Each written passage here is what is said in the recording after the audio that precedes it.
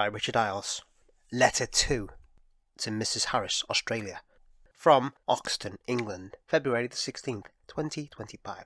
Right, I'm back. Things have shifted. Just a tiny bit, but enough to make me question everything. I saw him again later in the day on the second week.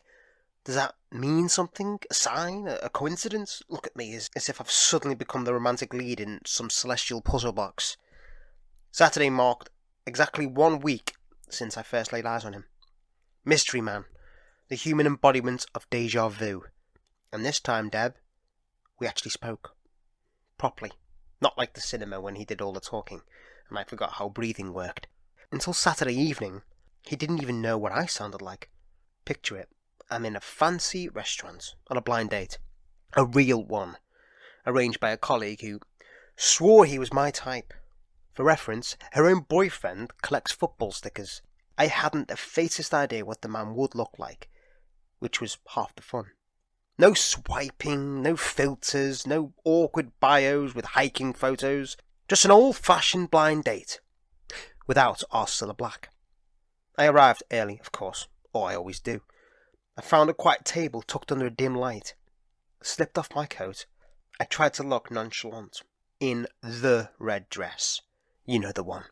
The one that makes me feel like I've just walked straight out of a catalogue and into my very own overconfidence. Lipstick perfect, hair behaving, everything just so. I kept one eye on the door, pretending not to, as people trickled in. 10 minutes passed. Then the bell over the door jingled, and I looked up, and there he was. The bloody kitchen porter. For a split second, I thought my imagination had started freelancing for reality TV. I closed my eyes, hoping that when I opened them, he'd vanish. He didn't. Of course he didn't. Instead, he strolled straight towards me, wearing that same boy-next-door grin that could charm the wrinkles of a nun. "Please tell me it's not you," I blurted, equal parts grief, disbelief, and hysteria. He blinked. What do you mean?" "I suppose you're my blind date," I sighed. "Typical." His eyebrows shot up. No, not me. Date. I'm just here for the dinner. They do the best pizza in town." Cue me apologising profusely while dying inside. "Do I know you?" he asked, head tilted. Curiosity, soft but cautious. "Do I know you?" I echoed, immediately regretting the sarcasm.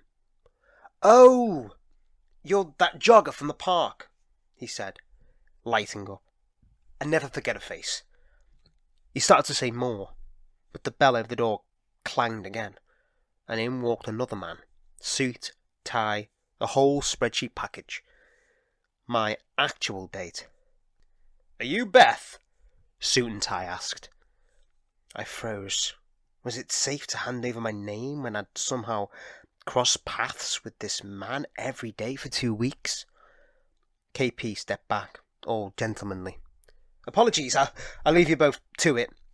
He raised his hands like a man caught mid-bank robbery, and backed away, nearly colliding with the waitress. "I don't think I'm in the right headspace for this," I muttered, grabbing my coat, and then, like a coward in heels, I bailed. Sunday dawned calm, holy, and deceptively ordinary. I decided to go to church. Yes, me. A woman whose only religious experiences are wine tastings and yoga retreats. I half expected lightning to strike me the second I crossed the threshold, but no. The place was beautiful, solemn, still, the light spilling through the stained glass in jewel tones. The air smelled faintly of wood polish and history. For the first time in weeks, I felt quiet. Until I didn't. That creeping awareness, the sense of that someone's watching, returned. Glances from left, right, centre, or maybe that was just my imagination again, rewiring itself a drama. I slid into a pew at the back, folded my hands, and for once in my life, prayed. To who, I don't know. anyone who'd listen. Was this a curse? A lesson? Divine intervention? Or was I just starring in the world's least romantic meet-cute? You're expecting me to say he was there, aren't you? Well, he wasn't. Instead, he appeared later, on television. I came home feeling oddly refreshed, flicked on the news, and there he was. Not in person, but on the screen.